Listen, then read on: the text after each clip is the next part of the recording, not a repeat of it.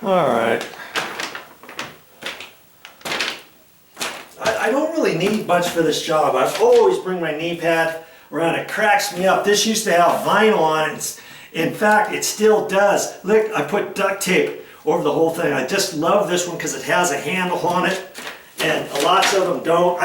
I've been looking around for a new one that's got a vinyl covered foam, not just the foam one, with the handle. I can't find them anywhere, so I just put duct tape on this one. And as you can see, I'm just going to use a regular paint tray. Here's the brand new paint tray. This thing's probably, I don't know, 5 years old. Look at that. Not a drop of paint is in there because I use inserts. These inserts you can buy for, less than $1 a piece. See here, I think I've got 2 more. Look at that. I still got 2 with no paint in them at all. But am I going to use those? No, I'm not going to use those. I've got 2 other ones here, and I just the other night, yesterday, I used this one, and I had the white paint in there to paint the ceiling. Am I going to use this one for painting the walls? No. But if I was just pulling this out of the garage, and if this was 6 months old, paint on here, and it's all dry and hard as a rock, yeah, I could use that for painting the ceiling. Put the gray right over the top of this. If you don't use the paint tray for very long, you can do that. But if I was going to be using this paint tray all day long, thinking, okay, I'm going to paint all my baseboard before installing the carpet and that, and I'm just going to drag this around, you might not want to do that with a different color paint in here before you put your new paint in, because after a while it could start activating the old paint. Okay, and because it was just yesterday, I don't want to do that on this one, and so I'm pretty sure I've got another one here. Now see, this one here is the same color that I'm going to be installing, and this one I haven't used for a while, so this is the one I'm going to use. Okay, and so I'm not going to use this one, and I like to keep my new trays towards the bottom so I don't get them all mixed up. I'm just going to put that one there. There. I'm all ready for my paint. And when I use my paint, what I like to do is I like to use one of these little flexible deals to put there. And normally what I try to do is, you see here, look at this. This paint can is not that old, but I don't have any paint drops on the front, right? Well, see, this is what happens after a while. You get paint drops all over the place. So that's why on this, I'm going to put this on the back side in case you happen to have, you need to know what the name of your paint is. Usually the formula, they'll put a tag on the top of this. Sometimes they used to put it on the side, and towards the front, people would pour the paint out through the front, and then it would get all over your tag. You can't see what the name of your color is, let's say. Okay, so when I use this, I'll put this over on this side, and I always use a little paint opener. I used to use a screwdriver years ago, but lots of times if you have a metal top, it starts bending that up, if you know what I'm talking about. And my paint stick, and that's it. That's pretty much it. And because I might be doing 2 coats of paint here, okay? If the first coat of paint, as it's drying, if I think I need to put a second coat, then obviously I got to keep this paint out, right? And if I end up doing that, then I'm going to leave my paint roller. I'm going to leave my paint roller cover on my frame, and I'm going to use the small frame. Okay, and then I just take a piece of plastic, and this is just a plastic bag that I cut, and then I'm going to leave this saturated with paint, and then I'm just going to put it in my plastic and roll it up like that, and then do that, fold over that side, and roll it up, and then I'm going to keep that. I can keep it a wet paint roller cover like that for, take a lunch break, or I can leave that for like an hour if I wanted to. Okay, and then as I pull it back out, it's still going to be nice and wet. Then I don't have to rinse this out between coats. See, I did that for the white paint on the ceiling, and I used the same cover, and I just held it there, wrapped it up. Make sure you get it pushed in tight so that you don't have any air bubbles in here, because you don't want this to dry out. And you don't want this with hardly any paint on there before you wrap it, because the idea is you want to keep this saturated. So I had most of the paint off of this roller cover to a certain extent after I got done with the ceilings, and so I just dipped it in just a hair more and made sure I had it all over there, not so it's dripping off all over the place. Then I wrapped it up in the plastic. You know, just hold it there, push it over, hold it, push it some more, go like that, and then you just let it set. You get ready to use it, pull it out. And I just sat this up here off to the side and let it dry by its own, and then I can still use the rag, the plastic for this next time. I wouldn't put it over the same area where it's painted now, because it's not plastic right on here, you know what I mean? But at least I got enough for one more roller. Like that. Okay? And so that's what I'll end up doing. If I need to, I've got this, I'll have this ready, and if I need to, I used to use a crummy paintbrush to wipe this every time I poured this in, you know, with the paint bucket and poured it. Then I would clean this off and take the paint off. Now I've got a paintbrush that's got paint on it, right?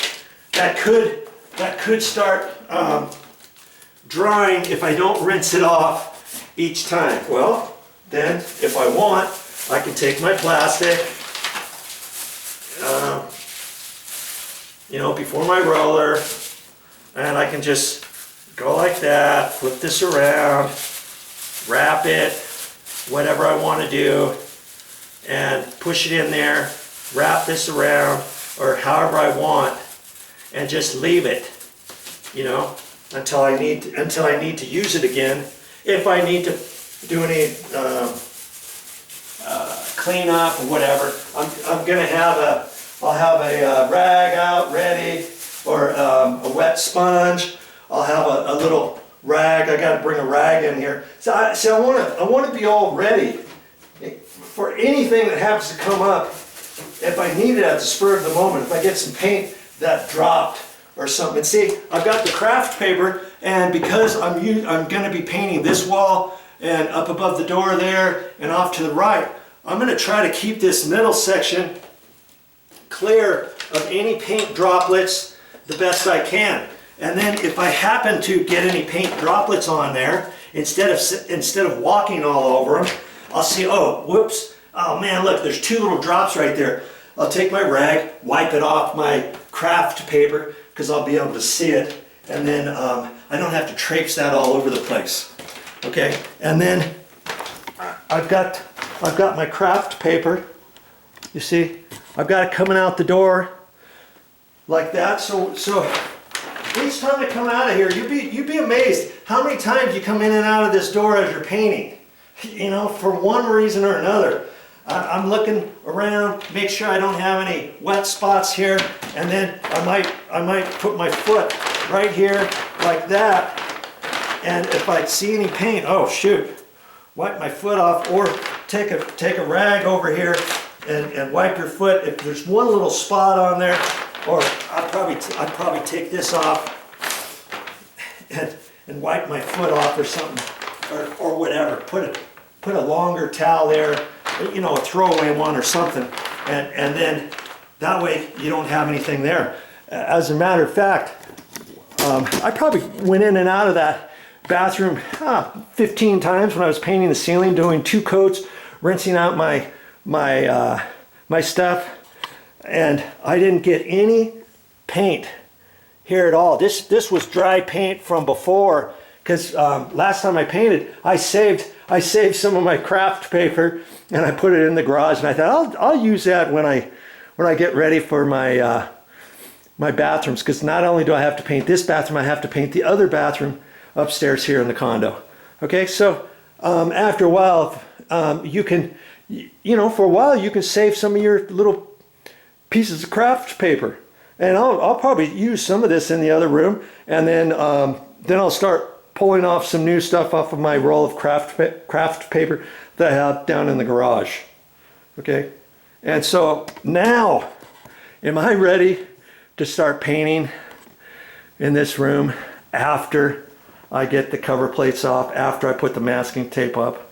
After that, yes, I am ready to go. And only then, if I wasn't making a video right now, trust me, I would have went through all of these same steps, getting everything prepared. I don't just do it for the camera. I do this for myself to make things a lot easier when you're painting.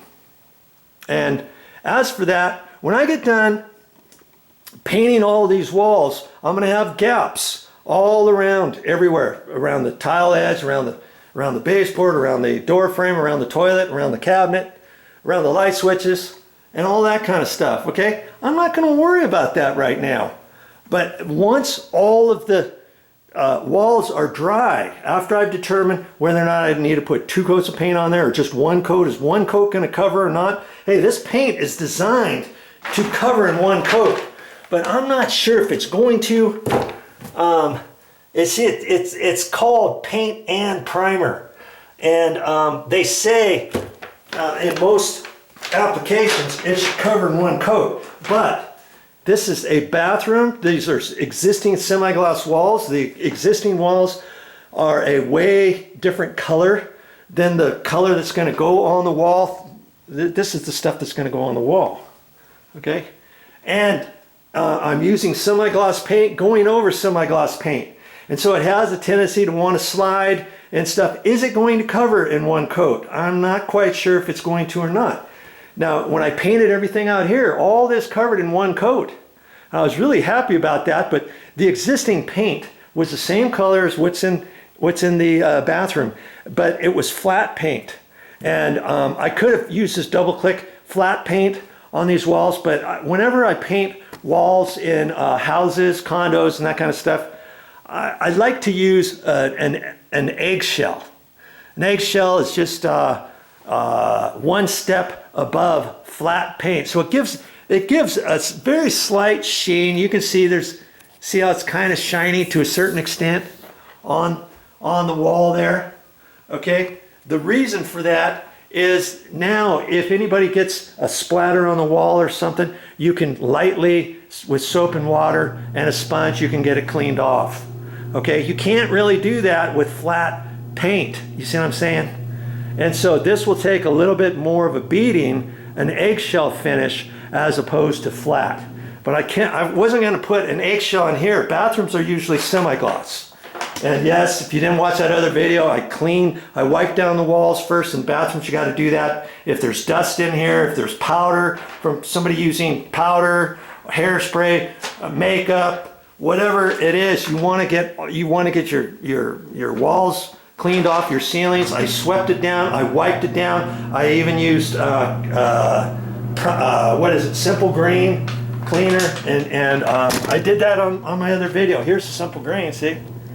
I used that from before and wiped it down, and then I rinsed it off with clean water with a sponge, wiped it down. I only do that in bathrooms, okay? Remember to do that too, so that your paint's gonna stick.